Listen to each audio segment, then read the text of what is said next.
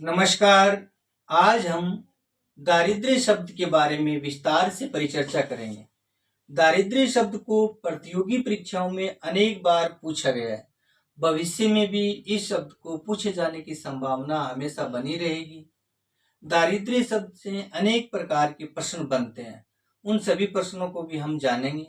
सबसे पहले हम इस शब्द को 4 विकल्पों में लिखेंगे और उसके बाद सही विकल्प का चुनाव करेंगे।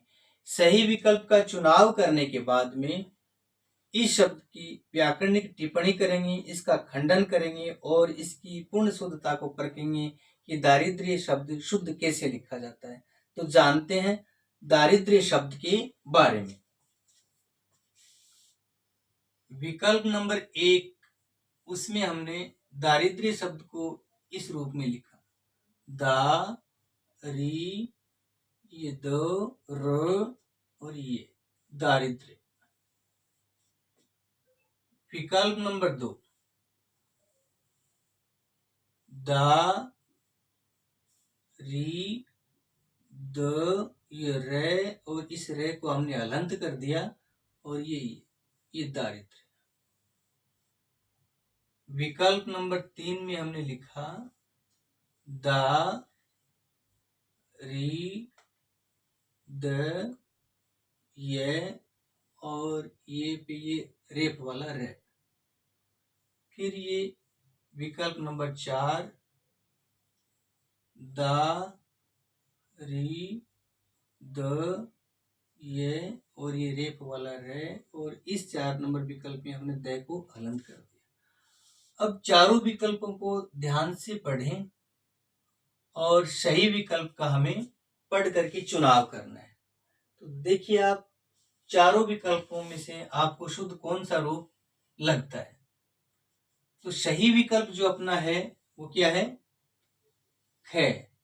2 नंबर विकल्प है वो शुद्ध है, दा री द र और ये रे के नीचे हलंत और ये दारिद्र।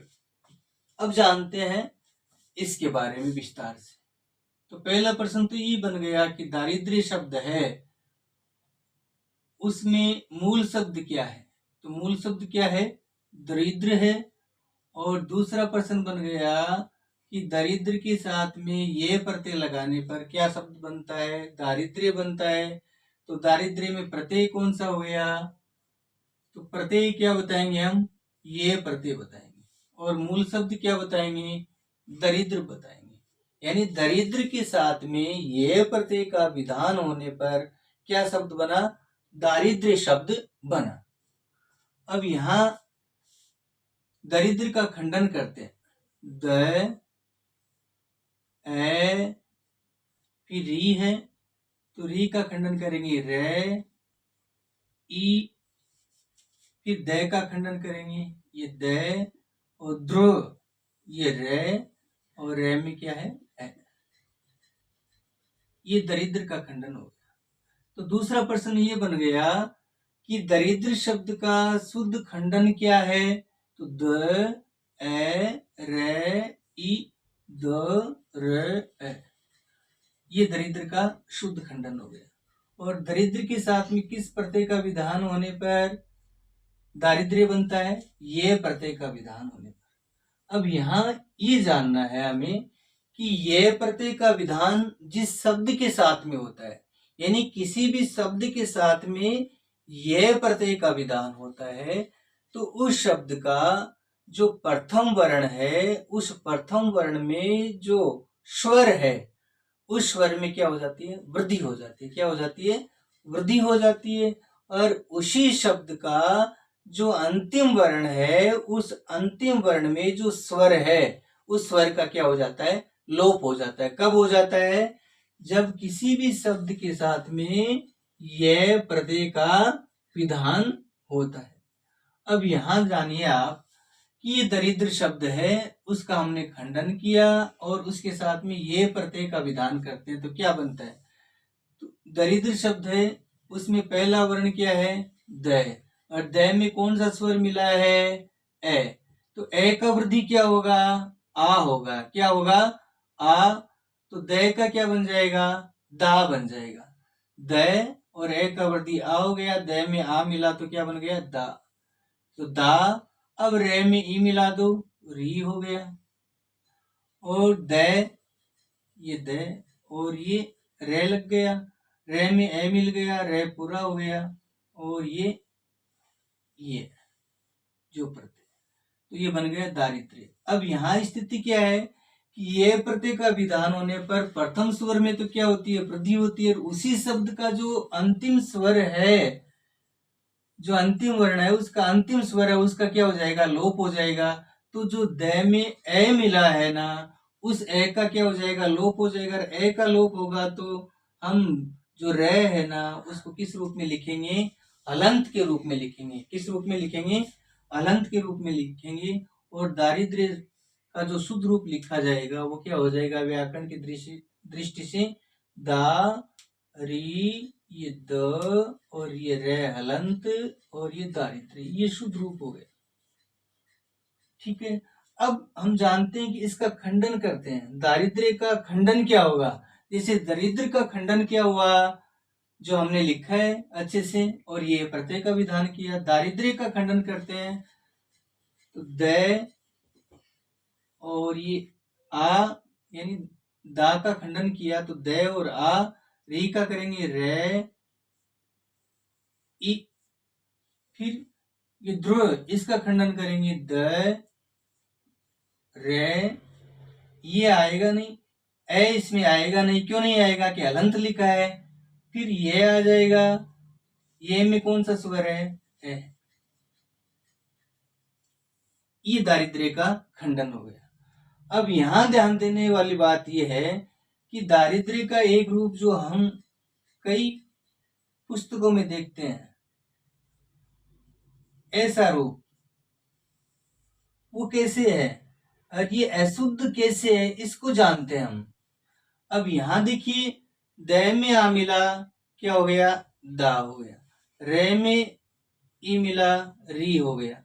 द के नीचे रे आ गया, यानी ये द और रे मिल गया तो ये द्र हो गया।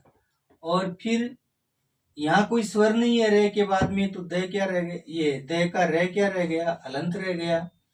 और यहाँ ये में ए मिल गया तो क्या बन गया? ये दारिद्र्य। अब ऐसी स्थिति कब बनती है ये जानते हैं हम।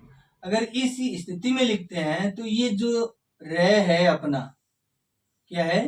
रे है, इसमें क्या है? रे में ए स्वर नहीं है। क्या नहीं है? ए स्वर नहीं है। ए स्वर नहीं है तब क्या है? ये ऊपर जाना चाहिए, ऊपर जाएगा तो ऐसे लिखा जाएगा। तो ऐसे लिखेंगे तब यहाँ जो रे की स्थिति है ना, वो कहाँ आनी चाहिए? यहाँ आनी चाहिए खंडन में। और यहाँ आएगी तब ये है ना, इस रूप में नहीं लिखा जाएगा। यानी रेफ वाला जो रे है, जिसको हम ये रेफ वाला रे, उसको हम किस रूप में व्यक्त करते हैं? रेफ में। तब ये हमेशा स्वर के बाद में ही लिखा जाता है। कहाँ लिखा जाता है? स्वर के बाद में ही इसका उच्चारण होता है, यही लिखा जाता है। यानी इसका खंडन करेंगे तो जो रे और इसमें ई जो विद्यमान है, इसके बाद में ये यहाँ लिखा जाना चाहिए था। जबकि अपने इस दारिद्र्य शब्द में ये कहाँ लिखा गया है? द के बाद में लिखा गया है। इसका मतलब यहाँ द और ये रे क्या है? अलंत है। ये ध्यान देना है। तो दारिद्र्य का शुद्ध रूप क्या हो गया? ये जो रूप है ना, वो क्या हो गया? शुद्ध हो गया। अब यहाँ प्रथम स्वर में वृद्धि की बात कर रहे थे हम। वृद्धि कैसे? जैसे ए है या आ है, इनमें से कोई भी स्वर आता है किसी भी शब्द के प्रथम वर्ण में, तो ए या आ में से कोई भी आएगा तो आ क्या हो जाएगा? वृद्धि हो जाएगी। ये वृद्धि आदेश ऐसे होता है। इसी प्रकार अगर ई या ई में से कोई आता है तो वृद्धि क्या होगा? आई होगा। अगर ए या आई में से कोई भी आए तो वृद्धि क्या होगा? आई। उ या उ में से कोई भी वर्ण आए तो वृद्धि क्या होगा? औ होगा। इसी प्रकार ओ या औ में से कोई भी वर्ण आए तो वृद्धि क्या होगा? औ होगा। और ये री है जो संस्कृत निष्ठ है, उन शब्दों में मिलता है। और री का वृद्धि क्या होता है? आर होता है। री जो हिंदी भाषा में है उसको क्या माना गया है? अशुद्ध माना गया है, अशुद्ध वर्ण माना गया। ठीक है। अब यहां जानिए आप कि आ वृद्धि वर्ण हो गया और एक वृद्धि वर्ण कौन सा हो गया? आई हो गया। और एक वृद्धि वर्ण क्या हो गया? औ हो गया। ये तीन वृद्धि वर्ण हो गया। री का वृद्धि क्या होता है? आर होता है। इस प्रकार वृद्धि होती है। अब यहाँ एक दो उदाहरणों के द्वारा हम इस बात को और समझते हैं कि किस प्रकार वृद्धि होती है और अंतिम वर्ण है किस प्रकार ये का विधान होने पर लोप होता है उसका। जैसे कवि है और इस कवि शब्द के साथ में हमने ये प्रत्यय का विधान किया। किस प्रत्यय का? ये प्रत्यय का विधान किया। तो इस कवि शब्द का जो प्रथम वर्ण है उसमें ए विद्यमान है क में, उसका क्या हो जाएगा? वृद्धि आ हो जाएगा। यानी क का वृद्धि का क्या हो जाएगा? का। क में क्या है? ए है। ए का वृद्धि आ हो गया। और ये अंतिम जो वर्ण है वी, इसका जो ई स्वर है उसका लोप हो जाएगा और ये बन जाएगा काव्य। तो काव्य में मूल शब्द क्या है? कवि है और प्रत्यय कौन सा हो गया? ये हो गया। इसी प्रकार महत्वपूर्ण शब्द एक अदिति, इसके साथ में हमने यह प्रत्यय का विधान किया।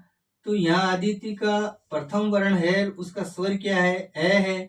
तो ए का वृद्धि क्या हो गया? आ हो गया। दी। और ये अंतिम वर्ण ती है। ती का ई जो स्वर है उसका लोप हो जाएगा यानी तय अलंत हो जाएगा और ये हो गया आदित्य। अदिति कौन है? सूर्य की माता है, उसका नाम अदिति है। और अदिति का पुत्र कौन हो गया? आदित्य। और आदित्य किसका पर्यायवाची है? सूर्य का पर्यायवाची है। अदिति पुत्र इति आदित्य। अदिति का पुत्र है वह आदित्य। और आदित्य किसे कहा गया है? सूर्य को कहा गया। इस प्रकार आज हमने जो दारिद्र्य शब्द है उसके बारे में विस्तार से परिचर्चा की। उससे बनने वाले जो शब्द हैं उनके बारे में हमने जाना। एक बार पुनरुक्ति कर लेते हैं, दोबारा जान लेते हैं। दारिद्र्य शब्द में मूल शब्द की जो स्थिति है मूल रूप की वो क्या है? दारिद्र्य है। उसमें मूल शब्द क्या है? दरिद्र है। प्रत्यय कौन सा है? यह प्रत्यय है। यह प्रत्यय का विधान किसी भी शब्द के साथ में होता है तो उसके प्रथम स्वर में क्या होती है? वृद्धि होती है। इस प्रकार दारिद्र्य बनता है और ये दारिद्र्य का रूप हो गया। दरिद्र का खंडन ये हो गया द रे ई द र।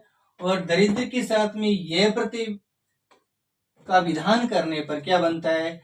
दारिद्र्य बनता है। ये जो रूप बनता है इसका खंडन क्या हो गया?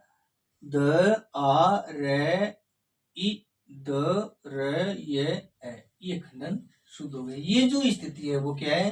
पूर्णतः अशुद्ध है। ये हमें ध्यान रखना है। धन्यवाद। सत्यमेव जयते।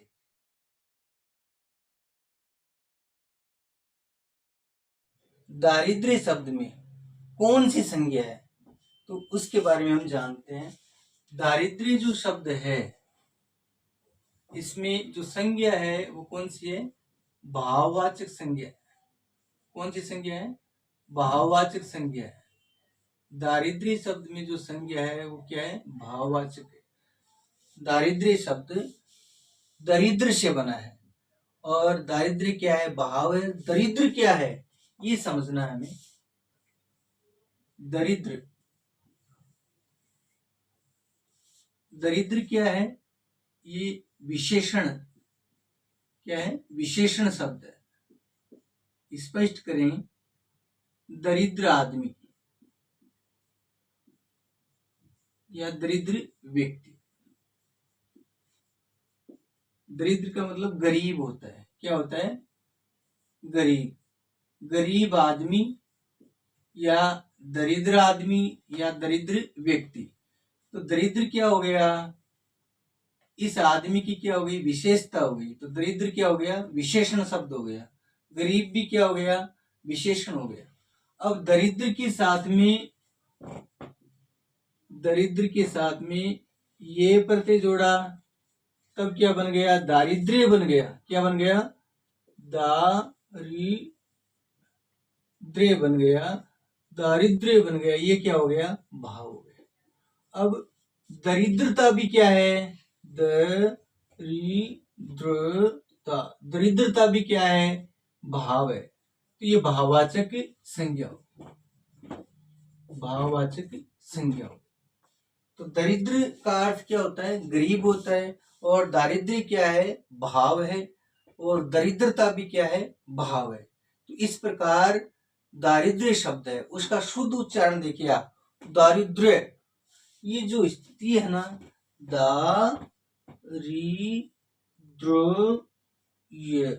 दारिद्र्य, ऐसा शुद्ध वाचन होता है। तो प्रश्न कितने बन गए उनके बारे में जानते हैं। दारिद्र्य का शुद्ध रूप ये हो गया। मूल शब्द क्या है, दरिद्र है। दारिद्र्य में मूल शब्द क्या है, दरिद्र है। प्रत्यय क्या है, ये प्रत्यय है। कौन सा प्रत्यय है, ये। और दारिद्र्य में संज्ञा कौन सी है, तो दारिद्र्य में जो संज्ञा है वो कौन सी हो गई, भाववाचक संज्ञा हो गई। ये सारे के सारे महत्वपूर्ण शब्द हैं, प्रश्न है सारे के सारे। दरिद्र शब्द, उसमें क्या है, संज्ञा है या सर्वनाम है या विशेषण है। तो दरिद्र क्या है, विशेषण है। क्या है, विशेषण। और दरिद्र का अर्थ क्या होता है, गरीब होता है, निर्धन होता है। गरीब आदमी, दरिद्र व्यक्ति, तो दरिद्र क्या हो गया, विशेषण हो गया। इस प्रकार अनेक प्रश्न दारिद्र्य शब्द से बनते हैं, जिनको प्रतियोगी परीक्षाओं में अनेक बार पूछा गया है। फिर हाजिर होते हैं एक नया शब्द लेकर के, जो आप और हम सब के लिए महत्वपूर्ण होगा। सत्यमेव जयते।